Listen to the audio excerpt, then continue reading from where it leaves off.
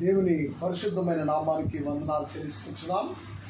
మీకందరికీ ప్రభువైన యేసు క్రీస్తు నామములో శుభములు వందనాలను చెల్లిస్తున్నాం. ఈ ఉదయకాల సమయంలో పరిశుద్ధ ఆదివారం దేవుని సన్నిధిలో కొద్ది నిమిషములు దేవుని యొక్క మాటలను ధ్యానించుకునేటప్పుడు సిద్ధపడుతూ ఉండగా పరిశుద్ధాత్మ దేవుడు మనకు సహాయం చేయాలని దేవునికి ప్రార్థిస్తున్నాను. చిన్న ప్రార్థన చేసుకొని నేటి దైవ అంశంలోనికి వెళదాం. ప్రేమ నమ్మకం కలిగిన మా యేసు క్రీస్తు ప్రభువా, పరిశుద్ధుడా, మీ శ్రేష్టమైన నామానికి వందనాలు చెల్లిస్తున్నాం. గత రాత్రంతయు సుఖమైన నిద్ర ఆరోగ్యమును ఆశీర్వాదం ఇచ్చి ఈ ఉదయకాలమున తండ్రి మిమ్మల్ని సజీవుల భూమిలో మమ్మల్ని లేపి మాకు ఈ దినమును బహుమానంగా మీరు అనుగ్రహించినందుకు మీకు వందనాలు చెల్లిస్తున్నాం. ప్రభా, కొద్ది నిమిషములు నీ మాటలు ధ్యానించాలని, నీ మాటలను వినాలని మేము ఆశపడుతుండగా మాతో మీరు మాట్లాడమని అడుగుతున్నాం. మీ స్వరమును వినిపించి ఈ వాక్యం రెంట్లో ప్రతి బిడ్డ యొక్క హృదయ వాంఛలను తీర్చి వారి జీవితాలను మీ కృపను, మీ కాపుదల, సంరక్షణ తోడుగా ఉంచమని యేసు నామములో అడుగుతున్నాను తండ్రి, ఆమేన్. దేవుని ఘనమైన నామానికి మరొకసారి వందనాలు చెల్లిస్తున్నాను. మీకు అందరికీ నూతన దినము, నూతన వారం శుభములను మీకు అందిస్తున్నాను. నేటి దక్షిణ ఇండియా సంఘ క్రమానుసారంగా మనకి ఇవ్వబడిన యొక్క అంశము పర్యావరణ ఆదివారం, environment Sunday. The creation proclaims glory of God, అనగా సృష్టి దేవుని మహిమను ప్రకటించును అనే అంశమును మనకు పెద్దలు ఏర్పాటు చేయడం జరిగింది. ఈ సృష్టి దేవుని మహిమను ప్రకటించుట అని ఏంటి అని మనం ఆలోచన చేసినప్పుడు చాలా విషయాలు, దేవుడు సృష్టించిన సృష్టిలో ఉన్న ప్రతి ఒక్కటి మనకు ఆశ్చర్యము, భయము కలుగుతూ ఉంటుంది. పర్యావరణము అనగా ప్రకృతి, ఎన్విరాన్మెంట్, మన చుట్టూ ఉన్న పరిస్థితులు, చెట్లు, మొక్కలు, లేదా ఈ పరిశుభ్రత, ఈ పర్యావరణము, భూమి, ఆకాశములు, లేదా ఈ దేవుడు చేసిన ఈ సృష్టి అంతయు ఈ పర్యావరణములోనికి మనము తేబడినట్టుగా మనం చూస్తుంటున్నాం. సృష్టిలో ఉన్న ప్రతి ఒక్కటి ఈ పర్యావరణముకు అతి సమీపముగా లేదా అనుబంధముగా ఉన్నట్టుగా మనం చూస్తుంటున్నాం. ఈ సృష్టి దేవుని మహిమపరచుచున్నది అనే అంశమును మనము చూసినప్పుడు మన దేవుడు చేసిన ఈ సృష్టి కార్యమును చూస్తే మొదటిగా ఆశ్చర్యము కలుగుతూ ఉంటుంది, రెండవదిగా భయము కలుగుతూ ఉంటుంది. ఎందుకంటే ఆశ్చర్యం ఎందుకు కలుగుతుంది అంటే, సృష్టి ప్రకృతి అందాలను అప్పుడప్పుడు మనము ఎక్కడికైనా బయటికి లేదా ఏకాంతంగా వెళుతూ ఉన్నప్పుడు సృష్టి పైన ఏకాగ్రతతో మనం చూసినప్పుడు ఆ దేవుడు చేసిన ఈ క్రియేషన్, ఈ సృష్టి ఎంత అందంగా ఉంది, అది అందంగా, ఆహ్లాదకరంగా, అది మానవ హృదయాన్ని ఉల్లసింపజేసేదిగా, సంతోషింపజేసేదిగా మనకు కనబడుతూ ఉంటుంది. వావ్, ఎంత బాగుంది అని మనల్ని మనం అనగా మైమరచిపోయి మనం ఎక్కడ ఉన్నాము, ఎవరితో ఉన్నాము, ఎక్కడికి వెళ్ళాము అనేది ఆ పరిస్థితులను కూడా కొన్నిసార్లు మర్చిపోయి ఆశ్చర్యంగా చూస్తూ ఉంటాం ప్రకృతి అందాలను. ఎందుకంటే అంత అందమైన సృష్టిని దేవుడు సృష్టించినట్టుగా మనం చూస్తాం. ఈ పర్యావరణాన్ని సంరక్షించి, సృష్టించి ఈ పర్యావరణ సంరక్షణ బాధ్యత మానవునికి దేవుడు అప్పగించినట్టుగా మనం చూస్తూ ఉంటున్నాం. నేడు ఈ పర్యావరణము పరిస్థితిని ఒకసారి ఆలోచన చేస్తే ఈ పర్యావరణము నాశనానికి గురి అవుతున్నట్టుగా మనం చూస్తుంటున్నాం. పర్యావరణములో కాలుష్యము ఎక్కువగా పేరుకుపోయి ఈ గ్లోబలైజేషన్ లేదా ఈ యొక్క పారిశ్రామిక పరిస్థితులను బట్టి ఈ యొక్క ఎన్విరాన్మెంట్ చెడిపోతున్నట్టుగా మనం చూస్తుంటున్నాం. ప్రకృతి చెడిపోతూ ఉంది. దేవుడు చూసిన ఈ మంచి అందాలను, దేవుడు చేసిన ఈ ప్రకృతి యొక్క శోభను, దాని యొక్క వైభవాన్ని చూసి ఆనందిస్తూ ఉన్న మానవుడు ఆ వైభవాన్ని తుంచివేయడానికి కూడా వీరి యొక్క అడుగులు ముందుకు పడుతున్నట్టుగా మనం చూస్తుంటున్నాం. మానవ అభివృద్ధి అది ఏమైపోయిందంటే ఈ ఎన్విరాన్మెంట్కి అది ఇబ్బందికరముగా లేదా అది వినాశనానికి గురి అవుతున్నట్టుగా మనం చూస్తుంటున్నాం. ప్రియ స్నేహితులారా, ఈ ఆశ్చర్యము అప్పుడప్పుడు దేవుని యొక్క సృష్టిని చూసి ఆశ్చర్యపడుతూ ఉంటున్నాం. మానవ కొన్ని కట్టడాలను చూసినప్పుడు అబ్బా ఎంత బాగా కట్టాడో, ఈ శిల్పి ఎవరు, లేదా కొన్ని శిల్పములను చూసినప్పుడు ఇది చెక్కిన వారు ఎవరు, ఏదైనా ఒక వస్తువును చూసినప్పుడు ఈ వస్తువును తయారు చేసిన ఈ సృష్టికర్త లేదా ఈ తయారు చేసిన వ్యక్తి ఎవరు అని అప్పుడప్పుడు మనము ఆలోచిస్తూ ఉంటాం, ఆశ్చర్యపడుతూ ఉంటాం. అబ్బా దేవా, ఎంత అందంగా చేశావు, ఎంత అందంగా ఉంది ఈ ప్రకృతి, వావ్, నా కనులకి ఆశ్చర్యం అని అప్పుడప్పుడు మనము ఊహించని రీతిలో ఆలోచిస్తూ ఉంటాం. ప్రియ స్నేహితులు, భయము ఎందుకు కలుగుతుందంటే ఈ సృష్టిని చూసినప్పుడు కొన్నిసార్లు భయము కూడా కలుగుతూ ఉంటుంది. ప్రకృతిలో ఎన్నో వింతలు విశేషములు మనకు కనబడుతూ ఉంటాయి. వాటిని చూసినప్పుడు ఒకలాంటి భయము కలుగుతూ ఉంటుంది. ఇంత భయంకరంగా లోయలు, వంకలు, వాగులు చూసినప్పుడు, లేదా కొండలు, గుట్టలు, వాటి యొక్క ఆకృతులను చూసినప్పుడు భయము కలుగుతూ ఉంటుంది. ప్రియమైన స్నేహితులారా, ఈ సమస్తాన్ని చేసిన వాడు దేవుడు. ఎందుకంటే ఆయన సృష్టించాడు కనుక ఆయన చేత సృష్టించబడిన ఈ సృష్టి దేవుని మహిమపరుస్తూ ఉంది. అయ్యా, మీరు మమ్మల్ని సృష్టించినందుకు మీకు వందనాలని కృతజ్ఞత చెప్తూ ఉంది. సృష్టి కాదు, సృష్టిలో ఉన్న ప్రతి జీవి ఉదయకాలము లేవగానే మనం చూస్తూ ఉంటున్నాం. ప్రాతకాలమునే పక్షులు కిలకిలలు, ఆకులు గలగలలు జరుగుతూ ఉంటాయి. అనగా ఆకులు కదులుతూ ఉంటాయి గాలిలకి, అనగా అవి కూడా దేవుని స్తుతిస్తూ ఉంటాయి. ఈ పక్షులు కిలకిలాని వాటి యొక్క అరుపులతో దైవమును ఆరాధిస్తూ ఉంటాయి ఉదయకాలమున. ఈ ప్రకృతి యొక్క శోభ మనము కొంచెము అరణ్య ప్రాంతము లేదా ఏమైనా పార్కుల్లోనికి ఏదైనా వెళ్ళినప్పుడు ఆ ప్రకృతిలో ఉన్న ఆ పక్షుల కోలాహలం లేదా వాటి యొక్క సందడి లేదా జంతువుల యొక్క సందడి లేదా ప్రకృతి చెట్ల యొక్క సందడిని చూసినప్పుడు ఎంతో ఆశ్చర్యము, భయము మన జీవితాల్లో కలుగుతున్నట్టుగా దేవుణ్ణి ఆరాధించాలి. ఆ యొక్క అందమైన సృష్టిని తయారు చేసిన దేవాది దేవుని మహిమపరచకుండా ఎవరము కూడా ఉండలేము. ఆ సృష్టికర్తను జ్ఞాపకము చేసుకోకుండా ఎవరు కూడా ఈ సృష్టిలో మిగులలేరని దేవుని యొక్క మాటలు మనకు సెలవిస్తాడు. నేటి పాత నిబంధన ఇక్కడ గ్రంథాన్ని మనం చూసినప్పుడు ఆ సృష్టిని తయారు చేసే క్రమాన్ని మనకు చూస్తూ ఉంటున్నాం. ఆది కాండములో మనం చూసినప్పుడు సృష్టి క్రమము మనకు కనబడుతూ ఉంటుంది. ఆ క్రమములో దేవుడు పలికిన మాటలు, ఆ క్రియేషన్ లేదా ఎన్విరాన్మెంట్ అది సరిగా లేదా సృష్టించడానికి పూర్వము దైవము ఉన్న రీతిలో ఆయన ఏ విధముగా తాను ఈ క్రియేట్ చేశాడు అనేది మనము ఆలోచన చేసినప్పుడు మనకు ఆశ్చర్యం కలుగుతూ ఉంటుంది. ఒక మాటతో సమస్తము సృష్టించబడ్డాయి. వాక్కుతో సర్వ భూమి లేదా ఆకాశములు, సూర్యచంద్ర నక్షత్రములు సమస్తము వాక్కు చేత దైవము యొక్క మాట చేత అవి నిర్మించబడినట్టుగా మనం చూస్తుంటున్నాం. వాక్యము యేసు ప్రభు అని ఆదికాండము 1వ అధ్యాయములో యోహాను సువార్త ప్రారంభ వచనాల్లో మనకు తెలియబడుతూ ఉంటుంది. నేటి పాత నిబంధన పాఠంలో కూడా దేవుడు సమస్తాన్ని సృష్టించినప్పుడు ఆయనతో ఉన్నాడు. సృష్టి ఆరంభంలో క్రీస్తు యొక్క ప్రత్యక్షత మనకు కనబడుతూ ఉన్నట్టుగా మనం చూస్తుంటున్నాం. ఆ ప్రత్యక్షతలో ఆ సృష్టి ఆరంభంలో ఉన్నవాడు యేసు క్రీస్తు ప్రభుల వారుగా తన యొక్క కుమారునిగా ఉన్నట్టుగా మనం చూస్తూ ఉంటున్నాం. ఆ యేసు ప్రభు ఈ లోకములో ఉన్నప్పుడు సర్వ సృష్టి ఆయనకు లోబడి ఉండెను. దేవునికి సర్వ సృష్టి లోబడి ఉండినట్టుగా మనం చూస్తూ ఉంటున్నాం. నేటి స్వార్థల పాఠము ఆ సృష్టి లోబడుట, ఆయన చేసిన సృష్టి ఆయనకు విధేయత కలిగి లోబడినట్టుగా మనం చూస్తుంటున్నాం. ఆయన మాట ప్రకారము ప్రతి ఒక్కటి సర్వ సృష్టిలో సృష్టించబడినట్టుగా మనం చూస్తాం. ఇక్కడ ఉంటే అవి ఉన్నాయి. మరియు దేవుడు తన ప్రజల గురించి చెబుతూ వారిని తన మహిమలో చేసినట్టుగా మనం చూస్తుంటున్నాం. తన మహిమను వారికి కలిగజేసినట్టుగా, తన స్వారూప్యములో మానవ నిర్మాణం జరిగినట్టుగా మనం చూస్తూ ఉంటాం.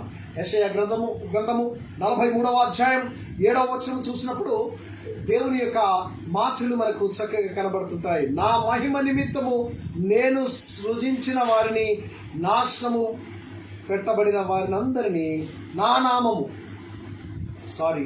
నా మహిమ నిమిత్తము నేను సృజించిన వారిని, నా నామము పెట్టబడిన వారిని అందరినీ తెప్పించుము. నేను వారిని కలుగజేసి వారిని పుట్టించిన వాడను నేనే. నా మహిమ నిమిత్తము నేను సృజించిన వారిని, నా నామము పెట్టిన వారిని అందరినీ తెప్పించుము. దేవుని యొక్క మహిమ పరచబడటకు, ఆయన నామము గణపరచబడడానికి, ఆయన నామము స్తుతించబడడానికి, ఆయన నామము ఆరాధింపదగిన నామము, ఘనమైన నామము, శ్రేష్టమైన నామం. ఆ నామ ఘనత కొరకు ఆయన సృష్టించిన సృష్టి యావత్తును, ఆయన నామము, ఎవరైతే ఆయన పేరు పెట్టబడి ఉన్నారో ఆయన పేరు పెట్టబడిన ప్రజలందరినీ తెప్పించుము. నేను వారిని కలగజేస్తుని, వారిని పుట్టించిన వాడను నేనే వారిని కలగజేశాను. ప్రకృతిని చేసిన వాడను నేనే, జంతువులను చేసిన వాడను నేనే, పక్షులను, ప్రతి చతుష్పాద జంతువులను, ప్రతి పురుగును లేదా సృష్టిలో ఉన్న ప్రతి అణువును తయారు చేసిన వాడిని నేనే గనుక నా నామములో నా పేరు పెట్టబడిన వారినందరినీ నా యొద్దకు తెప్పించుము. నేను వారిని కలగజేసి తిని వారిని పుట్టించిన వాడను నేనే అని దేవుడు తన్ను తాను ప్రత్యక్షపరుచుకుంటూ ఉన్నాడు. దేవుడు మనల్ని సృష్టించాడు గనుక సృష్టింపబడినది సృష్టించిన వారిని మహిమపరచవలసిన అవసరత ఉంది. సృష్టించిన సృష్టికర్తకు మనము ఉపయోగకరమైన పాత్రగా, ఒక మహిమ తెచ్చు ఒక కుమారునిగా, కుమార్తెగా, లేదా స్నేహితునిగా, లేదా దేవుని యొక్క ఎరుకైన మానవునముగా మనం ఉండుటకు మనల్ని మనము సిద్ధము చేసుకోవాలి. ఆదికాండము 1వ అధ్యాయం 31వ వచనం ఉంటాడు, దేవుడు తాను చేసినది యావత్తును చూచినప్పుడు అది చూచి మంచిదిగా నుండెను.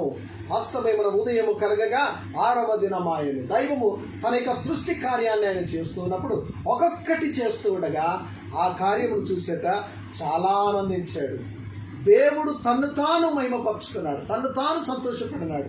ఆ సంతోషమును మనతో పంచుకుంటున్నాడు. ప్రకృతిని లేదా ఎన్విరాన్మెంట్ దేవుడు మనకు అనుగ్రహింపజేస్తున్నది. ఈ ఈవులను, ఈ సంపదను సంరక్షించవలసిన లేదా దీన్ని కాపాడుకోవలసిన బాధ్యత ప్రతి ఒక్కరిపైన ఉందని దేవుడు జ్ఞాపకం చేస్తూ ఉన్నాడు.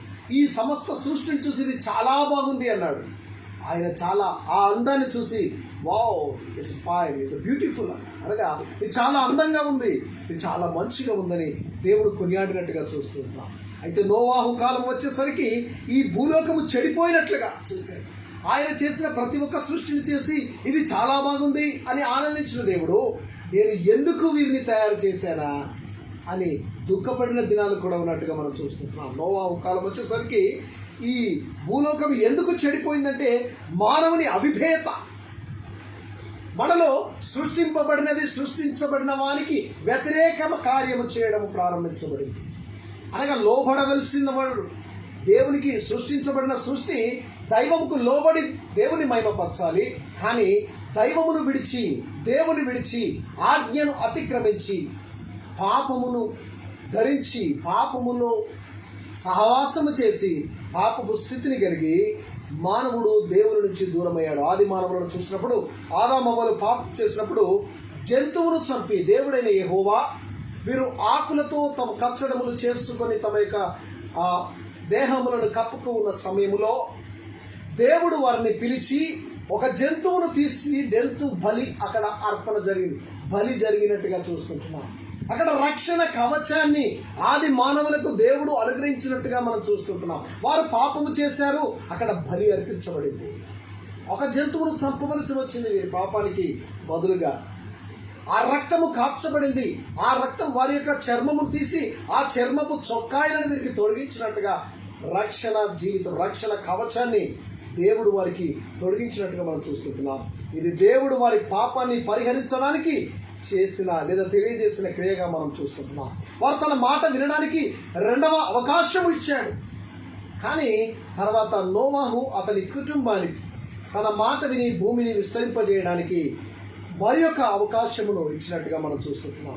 కానీ మళ్ళీ బాబేలు గోపురం దగ్గరికి వచ్చేసరికి కథ మళ్ళీ మొదటికి వచ్చినట్టుగా చూస్తుంటున్నాం. ప్రజలలో ఒక దురాశ, మనము ఏ విధంగానైనా ఆకాశములకు ఎక్కుదాము, దైవమును చేరుదాము, లేదా ఆకాశ మండలంలోకి వెళదామని ఒక దురాశ వారిలోనికి ప్రవేశించి వారు బాబేలు గోపుర నిర్మాణంలోనికి ప్రజలు వెచ్చలవిడి అయిన జీవితముతో దైవాజ్ఞను విస్మరించి వారు సర్వవ్యాప్తమైనట్టుగా ఈ పాపము, ఒకప్పుడు కుటుంబంలో ఉన్న పాపము ఇది సమాజంలోనికి వచ్చింది. ఈ సమాజంలో నుంచి ఇది సమస్త సర్వలోకంలోనికి సర్వవ్యాప్తంగా వ్యాపించినట్టుగా మనం చూస్తుంటున్నాం. అనగా పాపము పెచ్చు పెరిగినట్టుగా మనం చూస్తుంటున్నాం. దేవుడు దైవము నుంచి మానవుడు పారిపోతూ ఉన్నాడు. అదేమంటే శాపగ్రస్తమైన మానవాళి దేవుని ఆశీర్వాదము తిరిగి పొందగలదా? ఈ ప్రశ్నకు జవాబు ఆదికాండము 12వ అధ్యాయము నుండి ప్రకటన గ్రంథము 22వ అధ్యాయం వరకు ఉన్న బైబిల్ వచనాలను చూసినప్పుడు తిరిగి పొందగలదు అనే ఒక ఆశాభావం ఉన్నట్టుగా మనం చూస్తుంటున్నాం. ఆశీర్వదించాలని సంకల్పంతో దేవుడు అబ్రహామును పిలిచాడు. ఈ లోక విధంగా ఈ విధంగా చెప్పాలంటే ఆదాము అవ్వల పాపము వలన అంతవరకు నిత్య నూతనముగా ఉన్న సృష్టి పాతబడడం మొదలైనట్టుగా మనం చూస్తున్నాం. ఆ ప్రకృతిని చూసి, ఆ ప్రకృతి అందములను చూసి, లేదా తాను సృష్టించినది యావత్తును చూసి, ఈ 6 దినములు చేసిన సృష్టి చూసి దేవుడు చాలా బాగుందని ఆయన సంతోషించిన దేవుడు అలాంటి సృష్టి పాతబడడం మొదలుపెట్టింది. మానవుని ఆధ్యాత్మిక అంధకారం అలుముకొని నిత్య నాశనమును వారు లోనైనట్టుగా మనం చూస్తాం. అయితే దేవుడు వస్త్రాలని నూతన పరచాలని, సమస్తాన్ని నూతన పరచాలని ఆయన సంకల్పము కలిగి ఉన్నట్టుగా మనం చూస్తున్నాం. ఈ పాతబడిన సృష్టి, పాపముతో నిండుకునే సృష్టిని తిరిగి న్యూ క్రియేషన్ అనగా ఒక క్రొత్తదనము దేవుడు తీసుకురావాలని, నూతన సృష్టిగా దీన్ని మలచాలని దేవుడు ఆశపడుతున్నాడు. అదే పత్రికల పాఠములో మనం చూస్తుంటాం. ప్రియమైన స్నేహితులారా, సృష్టి వరకు దేవుని దయా సంకల్ప ఏ విధంగా ఉందో మనం చూస్తుంటాం. మరియు సమస్తాన్ని దేవుడు వాక్యము ద్వారా అనగా క్రీస్తు ద్వారానే సృష్టించినట్టుగా పాత నిబంధన పాఠము మనకు తెలియజేస్తుంది. పాపం వల్ల పాతబడిన సృష్టిని కూడా క్రీస్తు ద్వారానే నూతన సృష్టిగా చేయడానికి ఆయన ఈ లోకములోనికి తన ప్రియ కుమారుని పంపినట్టుగా మనం చూస్తుంటున్నాం. క్రీస్తు నరవతారే ఈ లోకానికి వచ్చి ఆయన తన శక్తిని శిష్యులకు ఏ విధముగా బయలుపరుచుకున్నాడో నేటి స్వార్థల పాఠములో మనము చూస్తూ ఉంటాం. ప్రియ స్నేహితులారా, పాత నిబంధన పాఠాన్ని మనం ఆలోచన చేసినప్పుడు మొదటిగా సామెతల గ్రంథంలో మనము చదువుకున్నాం.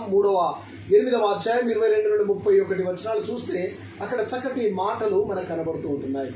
సృష్టి ఆరంభములో క్రీస్తు యొక్క ప్రత్యక్షత, సృష్టి ఆరంభంలో దైవముతో క్రీస్తు నేలమట్టి రవ్వంతయు సృష్టించబడక మునిపే నేను అక్కడ ఉన్నాను, నేను ఉన్నవాడను అనువాడనని మోసేకు సెలవిచ్చిన దేవుడు ఆయన తన యొక్క మహిమను లేదా తన ఉనికిని ఇక్కడ తెలియజేస్తూ ఉన్నట్టుగా మనం చూస్తున్నాం. సొలొమోను గ్రంథకర్త చక్కగా రాశాడు. ఈ సొలొమోను గ్రంథంలో ఇక్కడ ఏంటంటే మొదటిగా దేవుడు తన మహిమ కొరకు సమస్తాన్ని చేశాడు. మొదటిగా మనం ఆలోచన చేస్తాం, తన మహిమ కొరకు సమస్తమును సృష్టించాడు. 8వ అధ్యాయం 22-24 వచనాలు చూస్తే పూర్వకాలమందు తన సృష్టారంభమున తన కార్యములలో ప్రథమైన దానిగా యెహోవా నన్ను కలుగజేసెను. అనాది కాలం మొదలుకొని మొదటి నుండి భూమి ఉత్పత్తి అయిన కాలమునకు పూర్వము నేను నియమింపబడితిని. ప్రవాహ జలములు లేనప్పుడు, నీళ్లతో నిండిన ఊటలు లేనప్పుడు నేను పుట్టి తిని, పర్వతములు స్థాపించబడకమునకు, కొండలు పుట్టకమునకు 26వ వచనం అంటాడు, భూమిని దాని మైదానములను ఆయన చేయక మునుపు, నేల మట్టిని రవ్వంతయు సృష్టించక మునుపు నేను పుట్టి ఉంటిని. 30వ వచనం అంటాడు, నేను ఆయన యొక్క ప్రధాన శిల్పునే అనుదినము సంతోషించు, నిత్యము ఆయన సన్నిధిని ఆనందించుచుంటిని. చక్కటి మాటలు. దేవుడు అనగా క్రీస్తు తను తాను ప్రత్యక్షపరచుకుంటూ ఉంటున్నాడు. అయ్యా, పూర్వమందు తన సృష్టి ఆరంభములో తన కార్యములను ప్రప్రథమముగా దానికి యెహోవా నన్ను కలుగజేశాడు. ఇక్కడ తండ్రి కుమార పరిశుద్ధ త్రిత్వ దేవుని యొక్క ఆలోచనలను మనం ఆలోచన చేస్తూ ఉంటున్నాం. మనం అనుకుంటుంటాం యేసు ప్రభుల వారు ఇప్పుడు జన్మించాడు. ఆయన జన్మించి దాదాపు 2000 సంవత్సరములు 2020 సంవత్సరాలు అవుతున్నదేమో అని మనం ఆలోచన చేస్తాం. కానీ ఆయన ఏమంటాడంటే, నేను సృష్టి ఆరంభములోనే, సృష్టి ప్రారంభము కాక ప్రథమముగా నేనున్నాను అక్కడ అని తను తాను ప్రత్యక్షపరచలేదు. అనాది కాలం మొదలుకొని మొదటి భూమి ఉత్పత్తి అయిన కాలమునకు పూర్వము నేను నియమింపబడుతుంది. ఉత్పత్తికి పూర్వమే నేనున్నాను. కొండలు ప్రవాహ జలములు లేనప్పుడు, నీళ్లతో నిండిన ఊటలు లేనప్పుడు నేను ఈ సృష్టిలో ఉన్నాను. దైవం యొక్క ఉనికి, నేను ఆదియు అంతమునై ఉన్నాను. నేను సదాకాలము మీకు తోడుగా ఉన్నాను. నేను ఉన్నవాడను అనువాడనని తను తాను ప్రత్యక్షపరుచుకున్నాడు ఇశ్రాయేలుకు. పర్వతములు స్థాపింపబడక మునుపు, కొండలు పుట్టక మునుపు నేనున్నాను. దైవము తన యొక్క ప్రత్యక్షతను ఇక్కడ పరిచయం చేసుకుంటున్నాడు. అట్టి ఆ దైవాన్ని మనము నమ్ముకుంటున్నాం కనుక దేవుణ్ణి ఆరాధించు వారముగా ఉండాలి, దేవుణ్ణి స్తుతించే వారిగా ఉండాలి. మనల్ని కలగజేసిన ఆ విధము చూడగా దావీదు అంటాడు, ఆశ్చర్యమును భయమును కలుగుతున్నది నీవు నన్ను కలగజేసిన విధము చూడగా అంటాడు. అనగా ప్రియ స్నేహితులారా, ఈ దైవము చేసిన సృష్టిలో ఆయన నేను ప్రధాన శిల్పినై, నేను ఒక ప్రధాన శిల్పిగా ఉన్నాను అక్కడ చెక్కడానికి. నా అరచేతిలో నేను నిన్ను చెక్కి ఉన్నాను, నీవు నా సొత్తు అని దేవుడు సెలవిస్తూ. ఒక శిల్పి ఒక శిల్పమును ఏ విధముగా చెక్కుతాడో అందముగా, ఇక్కడ నేను ఆ విధముగా చెక్కాను ఈ సర్వ సృష్టిని. నేను ప్రధాన శిల్పిగా ఆయన సన్నిధిలో, దేవుని సన్నిధిలో ఉన్నాను అని తన్ను తాను ఆయన ఆనందిస్తూ, ఆయన కలగజేసిన పరలోకమును బట్టి సంతోషించు నరులను చూచి ఆనందించుచుంటిని. 31వ వచనంలో ఆయన కలగజేసిన పరలోకమును బట్టి సంతోషించు నరులను చూచి ఆనందించుచుంటుంది. దేవుని యొక్క సృష్టిని చూసి సంతోషించే మానవులను చూసి ఆయన సంతోషపడినాడంట. అనగా దైవము చేత సృష్టించబడినది దేవుణ్ణి మహిమపరుస్తూ ఉంటే ఆ మహిమపరిచేదాన్ని చూసి ఆయన మానవుల విషయంలో సంతోషించినట్టుగా మనం చూస్తున్నాం. ప్రియా స్నేహితుడా, నీవు నేను దేవుణ్ణి ఆనందించేసే వారముగా, దేవునికి మహిమ తెచ్చే బిడ్డలుగా ఉన్నామా? సామెతలు 8వ అధ్యాయం 9వ వచనంలో చూసినట్లయితే 9 అధ్యాయములు ఇక్కడ జ్ఞానము ఒక వ్యక్తిగా మనం చూస్తాం. అంటే ఎవరో కాదు, సాక్షాత్తు ఈ జ్ఞానము అనగా యేసు క్రీస్తు ప్రభు అని మనం ఆలోచన చేయాలి. ఆయన జ్ఞానమై ఉంటున్నాడు, ఆయనే తెలివియు, ఆయనే జ్ఞాన బుద్ధి జ్ఞాన సర్వ సంపదలు ఆయనలో గుప్తమై ఉంటున్నాయి. ఆయనే వాక్యమైనాడు, ఆయనే జ్ఞానమైనాడు, ఆయనే క్రీస్తు. అది ఎంత ఈ దేవుడు ఈ భూమి ఆకాశం సృజించాడు. ఏ విధంగా చేశాడంటే తండ్రి యొక్క తేజస్సు మరియు ఆయన యొక్క మూర్తివంతమునైన కుమారుడైన యేసు ద్వారా అని ఆయన హెబ్రీ గ్రంథకర్త చక్కగా అంటాడు. తండ్రి యొక్క మూర్తివత్వము లేదా కుమారుడైన యేసు ద్వారాని ఈ యొక్క సర్వ సృష్టి సృజించబడిందని హెబ్రీ గ్రంథకర్త చక్కగా సెలవిస్తూ ఉంటాడు. అపోస్తలుడైన పౌలు కొరింథీ సంఘానికి రాస్తూ నా ఉత్తరములో మొదటి ఉత్తరం 1వ అధ్యాయం 24 వచ్చమంటాడు. ఆయన యూదులకు ఆటంకముగాను ఉండును గాని యూదులకేమి గ్రీసు దేశస్థులకేమి పిలువబడిన వారికి క్రీస్తు దేవుని శక్తియును దేవుని జ్ఞానమునై ఉన్నాడు. యేసు క్రీస్తు ప్రభు జ్ఞానముగా తన్ను తాను పరిచాడు. నేను జ్ఞానము, ఆయనే జ్ఞానము. గ్రీసు దేశస్థులకు లేదా యూదులకు ఆటంకముగాను అన్యజనులకు వెర్రితనముగా ఉన్నాడు. అసలు ఇది ఎవరు? అందుకంటాడు, సిలువను గూర్చిన వార్త నశించుచున్న వారికి వెర్రితనం కానీ రక్షించబడుతున్న వారికి దేవుని యొక్క శక్తి. ఆయన శక్తిని ఆశ్రయించని వారికి అది వెర్రిగా కనబడుతూ ఉంటుంది, కానీ ఆయనను ఆశ్రయించిన వారికి అది జ్ఞానముగా అంటున్నాడు. ఆయన గ్రీసు దేశస్తులకేమి పిలువబడిన వారికి క్రీస్తు దేవుని శక్తిను దేవుని జ్ఞానమునై ఉన్నాడు. దైవ జ్ఞానం, క్రీస్తే జ్ఞానం, క్రీస్తే తెలివి అని మనం ఆలోచన చేస్తాం. సమస్త సృష్టి కార్యము ఆయన మూలముగా జరిగినదని ఇక్కడ మనకు అర్థమవుతూ ఉంది. యోహాను సువార్త 1వ అధ్యాయం 3వ వచనం, కలిగి ఉన్నది ఏది ఆయన లేకుండా కలగలేదు. ప్రతి ఒక్క దానిలో క్రీస్తు ఉన్నాడు. ప్రతి ఒక్క దానిలో దైవ సంరక్షణ లేదా దైవం యొక్క పాత్ర ఉన్నట్టుగా మనం చూస్తున్నాం. 1వ అధ్యాయం యోహాను సువార్త 10వ వచనం అంటాడు, ఆయన లోకములో ఉండెను, లోకం ఆయన మూలముగా కలిగెను. లోకములో క్రీస్తు ఉన్నాడు, లోకమే ఆయన మూలముగా కలిగింది. ఆయన మూలముగా కలగబడిన నీవు నేను ఆయనను మహిమపరిచే బిడ్డలముగా ఉంటున్నామా? క్రీస్తుకు మహిమ తెచ్చే వారముగా ఉంటున్నామా? క్రీస్తును అపకీర్తి తీసుకొచ్చే వారముగా ఉంటున్నామా? మనల్ని చూసి దేవుని నామము దూషణ పాలవుతుందా? మన నడవడి, మన క్రియ, మన తలంపులు, మన ఆలోచనలు సమాజంలో దేవుని మహిమపరిచేవిగా ఉంటున్నాయా, లేదా దేవునికి అవమానం తెచ్చే విధంగా జీవిస్తున్నామా? త్రాగుబోతుగా, తిరుగుబోతుగా, తిట్టుబోతుగా, లేదా ఈ లోకములో పాపములో పొర్లుతూ ఒక డ్రగ్స్కి అలవాటు పడి దేవుని పేరు పెట్టబడిన ప్రజగాని ఉండి, ఓ వీరు క్రైస్తవులు అనగా దేవుని నమ్ముకున్నవారు కదా, క్రీస్తును కలిగిన వారు, వీరి జీవితం చూడు ఎంత దౌర్భాగ్యమని ప్రజలు మనల్ని చూసి అప్పుడు దేవుని నామము అందరిలో ఎంత అవమానపరచబడుతూ ఉంటుంది. ప్రియ స్నేహితుడా, అలాంటి స్థితిలో మనం దైవము మనల్ని చూసి ఆనందించాలి. ఆయన చేసిన సృష్టి ఇది చాలా బాగుంది, నా ప్రియ కుమారుడు, నా నామం పెట్టబడిన నా జనులు చాలా బాగున్నారని ఆయన ఆనందించి ఆయన నామాన్ని మహిమ తెచ్చిబిడ్డంగా ఉండాలి. కొలస్సీలకు రాసిన పత్రిక 1వ అధ్యాయం 16వ వచనంలో, ఏలైనగా ఆకాశమందున్న ఏమియు భూమి అందున్నదేదియు దృశ్యమైనవి కానీ అదృశ్యమైనవి కానీ అవి సింహాసనములైనను ప్రభుత్వములైనను ప్రధానులైనను అధికారములైనను సర్వమును ఆయన యందు సృజించబడెను, సర్వమును ఆయన ద్వారాను ఆయనను బట్టి సృజింపబడెను. ఈ లోకములో ఉన్న ప్రతి ఒక్కటి, ప్రియ స్నేహితుడా, వృక్షములు, చెట్లు, ఈ యొక్క ప్రకృతి, భూమి ఆకాశములు మానవుడు జంతువులే కాదు, కానీ ఇవ్వబడిన ప్రతి అధికారము, ఇవ్వబడిన ప్రతి జ్ఞానము, ఇవ్వబడిన ప్రతి ఒక్క కార్యము యేసు క్రీస్తు ద్వారానే, ఆయనలోనే, ఆయన ఉన్నాడు కనుక ఇవి జరిగాయి అని ఇక్కడ దేవుని మాటలు మనకు సెలవిస్తుంటున్నాయి. ఆకాశం అందున్నవి కానీ, భూమి అందున్నవి కానీ, దృశ్యమైనవి, కనబడుచున్నవి కానీ, కనబడనివి కానీ, సింహాసనములు, అధికారములు కానీ, ప్రభుత్వములు కానీ, ప్రధానులైనను అధికారములైనను సర్వమును ఆయన యందు సృజించబడ్డాయి. Everything is create by the god. దేవుని యొక్క శక్తి చేత, దేవుని యొక్క బలము చేత, దేవుని యొక్క వాక్కు చేత, క్రీస్తు యొక్క ప్రెజెన్స్లో ఇవన్నీ సర్వ సృష్టి సృష్టించబడినట్టుగా మనం చూస్తుంటున్నాం. అన్ని ఆయన మూలముగా కలిగినాయి కనుక ఆయన మూలముగా సృజించబడిన మానవులమైన మనము ఆయనను కీర్తించే వారముగా ఉంటున్నామా? ఆయన ఇన్ని కార్యములు చేసి మనకు అప్పగిస్తే మనము దాని వినాశనానికి గురి చేస్తూ ఉన్నాం. ఎన్విరాన్మెంట్ వినాశనానికి గురి అవుతుంది. ఈ నూతన సృష్టిని, ఈ సృష్టి పాతబడడానికి నీవు నేను కారణమవుతున్నాం, నూతన పరచడానికి కాదు. ప్రియ స్నేహితుడా, ఆలోచన చేయండి. ఆదికాండము 1వ అధ్యాయం 9వ వచనం అంటాడు, దేవుడు ఆకాశం క్రింద ఉన్న జలములను ఒక చోట కూర్చబడి ఆరిన నేల కనబడును గాక అని పలకగా ఆ ప్రకారమైనను.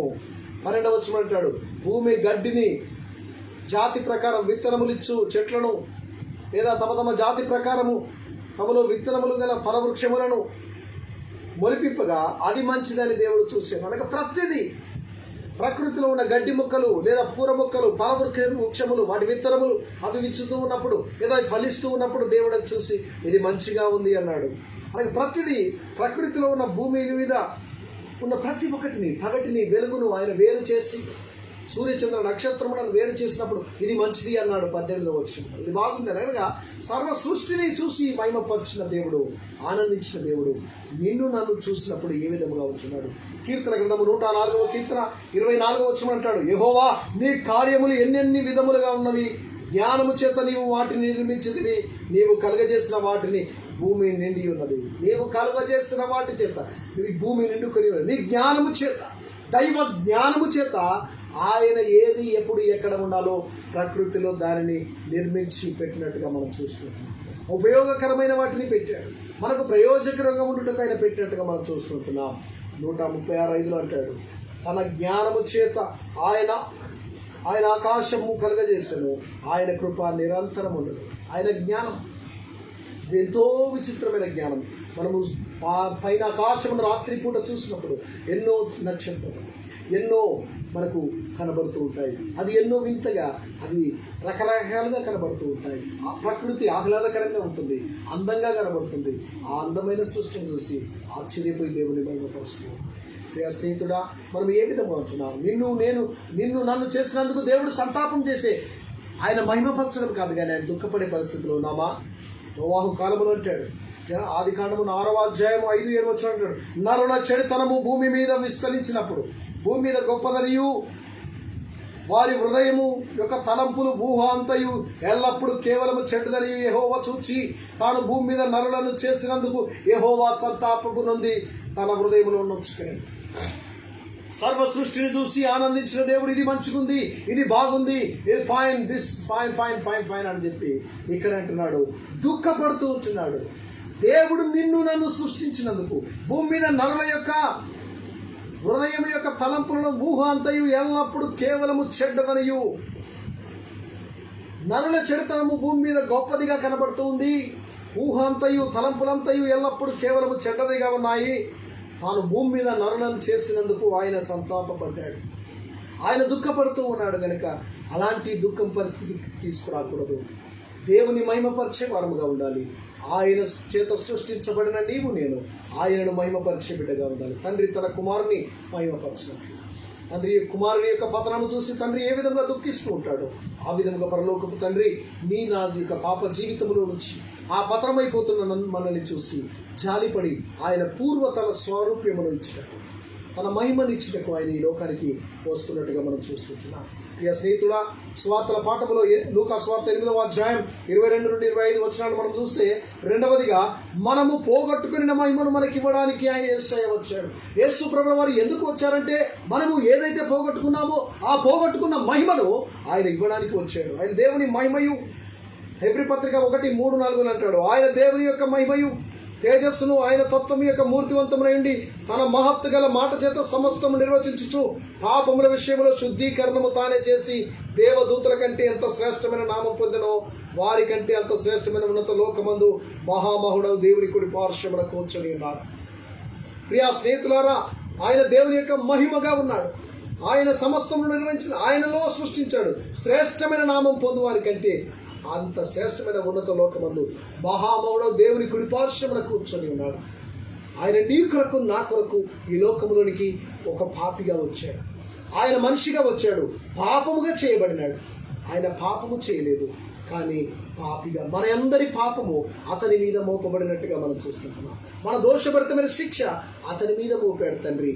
కనుక అక్కడ ఆయన యొక్క ఆ బలిదానం ద్వారా సమస్త మానవాళికి విడుదల. అందుకే పోగొట్టుకున్న మహిమను తిరిగి మనకి ఇవ్వడానికి యేసు ప్రభుల వారి లోకంలోకి వచ్చారు. మనం చదువుకున్న ఈ భాగమును చూస్తే లూకా స్వార్థ 8వ అధ్యాయం 23-25 వచనాల్లో, వారు వెళ్ళుచుండగా ఆయన నిద్రించను. ఇక్కడ మనం చూస్తే సమస్తను తన మాట చేత నిర్వహించిన దేవునికి ఈ గాలి వాన ఏ విధముగా లోబడిందో, ఈ సముద్రం లేదా సరస్సు ఏ విధముగా లోబడిందో మనం చూస్తూ ఉంటాం.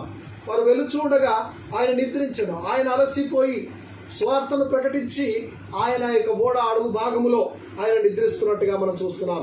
శిష్యులు ఆయనతో ఉన్నారు. వారు ఆ ప్రయాణం చేస్తూ ఆ ఓడలో ప్రయాణం చేస్తున్న సమయంలో ఒక గాలి వాన, ఒక ప్రకృతి వైపరీత్యము అక్కడ మనకు మొదలైనట్టుగా మనం చూస్తున్నాం. వారు చూస్తున్నారు. వెంటనే వారు దోరె నీళ్లతో నిండి ఉండుట వారు చూసి అపాయకరమైన స్థితిలో ఉండిరి. 23వ వచనం అంటాడు, గనక ఆయన ఎద్దకు వచ్చి ప్రభా నశించిపోతున్నామని చెప్పి ఆయనను లేపిరి. వారు అంటున్నారు, అయ్యా ప్రభువా, మేము నశించిపోతున్నాం, మనం అందరం నశించిపోవడానికి సమీపంగా ఉన్నాం. ఎందుకంటే ఈ యొక్క గాలివాన ప్రారంభించబడింది, ఈ దోణిలోనికి నీరు ప్రవహించింది. ఇంకా కొంచెం కాలం, కొంత సమయం అయితే దోణి నీటిలో మునిగిపోతుంది. ప్రభా, మేము నశించిపోతున్నాం. మనము నశించిపోతున్నాం. ఆయనను లేపినప్పుడు చూడండి, చక్కని మాట, గాలిని నీటిని చెప్తున్నామని తెలియజెప్పి ఆయన లేచి గాలిని నీటిని పొంగును గద్దింపగానే అవి ఆగి నిమ్మలమాయను. యేసు ప్రభుల వారు లేచి ఆ గాలిని, ఆ ఆకాశమును లేదా వర్షమును అన్నిటిని గద్దించినప్పుడు అవి ఆగినట్టుగా మనం చూస్తుంటున్నాం. ప్రకృతి ఆగిపోయింది దైవం యొక్క మాట కనుక. సృష్టికర్త మాటకు సృష్టి లోబడినట్టుగా చూస్తుంటున్నాం. మానవుడు లోబడట్లేదు, కానీ ప్రకృతి, ఎన్విరాన్మెంట్ ఆయనకు లోబడి జీవిస్తూ ఉంది. ఆయన చెప్పిన హద్దును దాటలేదు. ఆయన హద్దులు పెట్టాడు, ప్రతిదానికి ఒక హద్దును ఇచ్చాడు. ఆ హద్దులోనే ఆ ప్రకృతి ఆగినట్టుగా మనం చూస్తున్నాం. అప్పుడు అంటున్నాడు, అప్పుడు ఆయన, మీ విశ్వాసం ఎక్కడ? అల్ప విశ్వాసం. మీ విశ్వాసం ఎక్కడ? ఎందుకు అవిశ్వాసంతో మీరు జీవిస్తున్నారు? ఇన్ని రోజులు నాతో తిరిగారు, ప్రార్థించండి. ఇది ఎందుకు మీరు అవిశ్వాసంతో నశించిపోతున్నామని అంటున్నారు? నశించిపోతున్నామని ప్రభును లేపిన శిష్యులను చూసి యేసు ప్రభు వారితో మాట్లాడినప్పుడు వారు అంటున్నారు, అయితే వారు భయపడి ఈయన గాలికి నీళ్లను ఆజ్ఞాపింపగా అవి లోబడుచున్నవే, ఈయన ఎవరో అని ఒకరితో ఒకరు చెప్పుకున్నారు. ఆయనతో తిరుగుతున్నారు, ఆయనతో సహవాసం చేశారు, కానీ ఆయన ఎవరో గుర్తించలేని స్థితిలో ఉన్నారు. వారికి ఇహలోక సంబంధమైన గురుడితనము వారిలో ఉంది. వారిలో ఈ దైవాత్మ లేదా దేవుని యొక్క స్వారూప్యము వారు ఇంకా అర్థము చేసుకోలేని స్థితిలో ఉన్నట్టుగా దేవుడు వారిని గద్దించినట్టుగా మనం చూస్తున్నాం. 89వ కీర్తన 9వ వచనం అంటాడు, సముద్రపు పొంగు నడుచువాడవు నీవే, దాని తరంగములు లేచినప్పుడు నీవు వాటిని అణిచివేయుచున్నావు. కీర్తనకారుడు చక్కగా అంటాడు, సముద్రపు పొంగును అణిచివాడవు నీవేనయ్యా, దాని తరంగము లేచినప్పుడు నీవే వాటిని అణిచివేయుచున్నావు. అంత శక్తివంతుడవు, ఎందుకంటే అవి నీవి సృష్టించబడినాయి.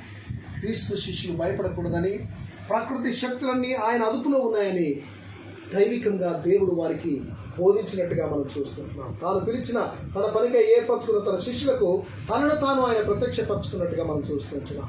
ప్రియా స్నేహితులారా, మూడవదిగా మనము క్రీస్తులో నూతన పరచబడమే ఆయనను మహిమపరచడం. పత్రికల పాఠ ప్రకటన గ్రంథం 21వ అధ్యాయం 1-8 వచనాలు చూస్తాం. క్రీస్తు యేసునందు విశ్వసించిన వారికి సమస్తము క్రొత్తగా ఉంటాయి. ప్రకటన 21:1 అంటాడు, అంతటా నేను క్రొత్త ఆకాశమును క్రొత్త భూమిని చూచితిని, మొదటి ఆకాశం మొదటి భూమి గతించిపోయిను, సముద్రము ఇక లేదు. మరియు నేను నూతన యెరూషలేము అనే నూతన పట్టణము తన కొరకు, తన యొక్క పరిశుద్ధ పట్టణము తన భర్త కొరకు అలంకరింపబడిన పెళ్లి కుమార్తె వలె సిద్ధపడి పరలోకమందున్న దేవుని యొద్ద నుండి దిగి వచ్చుట నేను చూచుకుని, పద్మాసు ద్వీపములో పరిశుద్ధాత్మ ద్వారా కొనిపోబడి అక్కడ ఉన్న యోహాను తన యొక్క దర్శనంలో చూస్తూ ఉంటున్నాడు. నూతన ఆకాశము నూతన భూమి, కొత్త ఆకాశమును పరిశుద్ధ పట్టణమును తన భర్త కొరకు అలంకరింపబడిన పెళ్లి కుమార్తె ఏ విధంగా సిద్ధపడి వస్తుందో పరలోకమందున్న దేవుని యొద్ద నుండి దిగి వచ్చుట నేను చూచుకుని, అప్పుడు దేవుని నివాసము మనుషులతో కూడా ఉన్నది. ప్రియ స్నేహితుల, దైవము మనుషులతో నివాసము చేయడానికి ఆయన దిగి వస్తూ ఉన్నాడు. కోల్పోయిన అనగా పాతబడిన స్థితిలో పాపము ద్వారా కోల్పోయిన పరిస్థితులను తిరిగి సమకూర్చుటకు క్రీస్తులో నూతన పరచబడమే ఆయనను మహిమపరచడము. కనుక అప్పుడు వారితో దేవుని నివాసం మనుషులతో కూడది, ఆయన వారితో కాపురముండు, వారాయన ప్రజలైందరు, దేవుడు తానే వారి దేవుడైండి వారికి తోడైండును. వండర్ఫుల్. దేవుడు దైవము తోడుగా ఉండి ముందుకు నడిపిస్తూ ఉంటాడు. ఆయన చరిత్ర ఒక తోటలో ప్రారంభమై చివరికి అది తోట వలె ఉన్న పట్టణముతో ముగుస్తున్నట్టుగా మనం చూస్తున్నాం. దేవుని యొక్క సేవలు లేదా యోహాను సువార్త 17వ అధ్యాయం 4వ వచనం ఉంటాడు, చేయుటకు నీవు నాకు అప్పగించిన పని సంపూర్ణముగా నెరవేర్చితిని, భూమి మీద నిన్ను మహిమపరచితిని. ప్రభా, నీవు చేయడానికి తండ్రి నీవు నాకు ఏదైతే పనిని అప్పగించినావో ఆ పని నేను సంపూర్ణంగా చేశాను, నేను నిన్ను మహిమపరచాను కనుక నీవు నన్ను మహిమపరచండి అని తండ్రిని అడుగుతున్న కుమారుని చూస్తున్నాం. మనము దేవుని మహిమను, ఆయనను మహిమను పొంది తిరిగి ఆ దైవ స్వరూపంలో పొందుకోండి. నీవు దేవునితో అంటకట్టబడి ఆయనలో ఉంటున్నావా? యోహాను సువార్త 15వ అధ్యాయం 16వ వచనం అంటారు, మీరు నన్ను ఏర్పరచుకునలేదు కానీ నేను నా పేరిట తండ్రిని ఏం అడుగుదురో అది ఆయన మీకు అనుగ్రహించు. మీరు వెళ్ళి ఫలించుటకును ఫలము నిలిచినట్టుకును నేను మిమ్మల్ని ఏర్పరచుకొని, మీరు ఏర్పరచుకోలేదు కానీ నేనే నిన్ను ఏర్పరచుకున్నాను కనుక మీరు బహుగా ఫలించడం వలన నా తండ్రి మహిమపరచను. ఆ ఫలములు క్రీస్తు ఫలం ఎదుగుటకు ఆత్మీయ ఫలములను పొంది దేవుని ఆరాధించబడలుగా మనం ఉండాలని దేవుడు కోరుతుంటున్నాడు కనుక అతి కృప పరిశుద్ధాత్మ దేవుడు మనకు అనుగ్రహించును గాక. ఆమేన్.